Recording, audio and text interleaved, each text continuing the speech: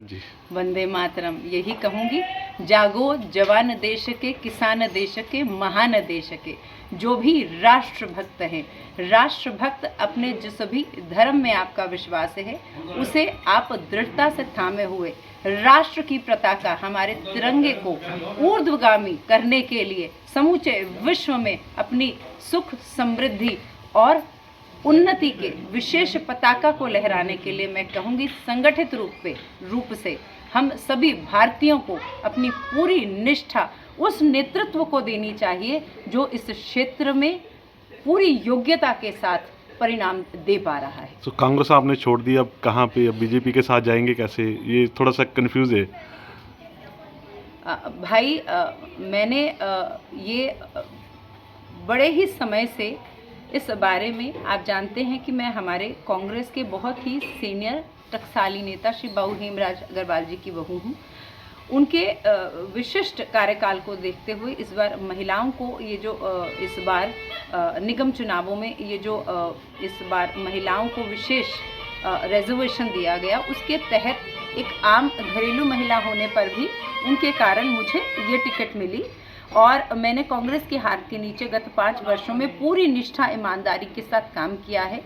इस प्लेटफॉर्म से मैं आपको बतलाऊंगी केवल वार्ड नंबर 81 नहीं, समूचे लुधियाना और लुधियाना के बाहर भी अपने काम के द्वारा विशिष्टता कहूँगी, विशिष्ट रूप से मैंने अपने पर्यावरण और महिला उत्थान के क्षेत्र में मैंने अपनी सेवाएं दी हैं, जिसके कारण सभी जितनी भी पार्टीज आज वर्तमान समय में देश में कार्य कर रही हैं, सेवा कर रही हैं, सभी के द्वारा मुझे विशेष प्यार, स्नेह, वात्सल्य मिला है। तो मैं वास्तव में राष्ट्र प्रेम को किसी पार्टी की परिधि तक मैं उसे सीमित नहीं कर देना चाहती।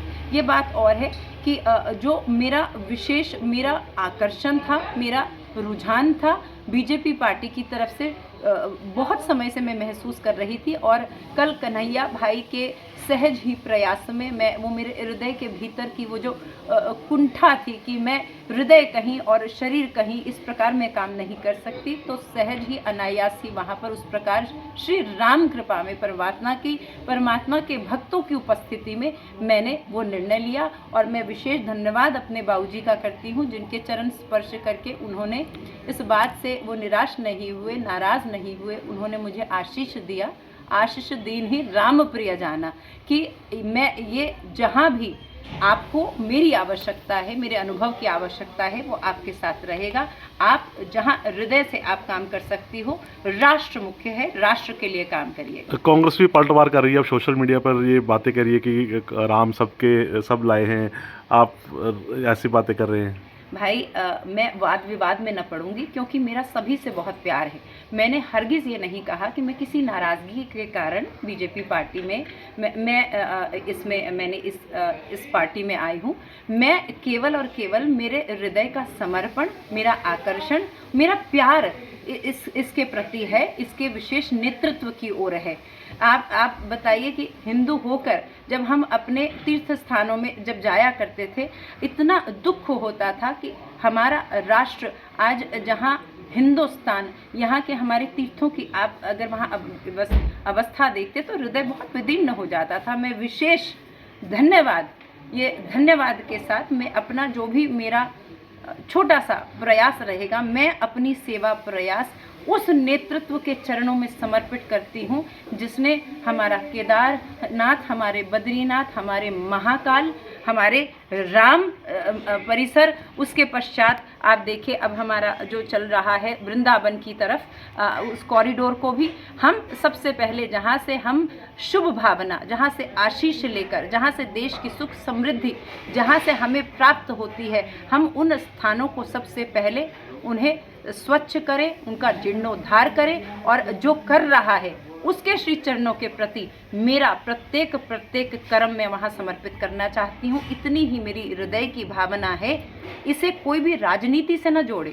और हम उनको लाएंगे जो राम को लाए हैं। भक्त के वश में है भगवान, भक्ति के वश में है भगवान। आपको यही कहूँगी, एक विचारधारा की संकुचितता से बाहर आइए। इसका अर्थ केवल यही है, जो भक्त है, जो भक्त उनके चरणों में भगवान ने भी कहा है कि निर्मल मन सो मोहि पावा, मोहि कपट छल छिद्र न भावा। तो परमात्मा परिणाम किसको देते हैं, सफलता किसको देते हैं, जिस पर वे रिझते हैं, जिस पर वो श्री हस्त रखते हैं। तो आप देखिए 75 साल का हमारा इतिहास इसी कार्यकाल में, श्री नरेंद्र भाई मोदी के कार्यकाल में ही जीर्णोद्धार हमारे, जहाँ से हम सब कुछ प्राप्त करके अपना जीवन शुरू करते हैं और संपूर्ण भी कर देते हैं। तो यही एक कारण है केवल जिसके कारण मैं यहाँ पर अपनी सेवा समर्पित करना चाहती हूँ। इसे राजनीति से हरगिज़ न जोड़ा जाए। मेरी किसी से कोई नाराज़गी नहीं है और केवल भक्त ही भगवान को ला पाने में सक्षम है। उस भक्त का हमें हाथ पकड़ना होगा।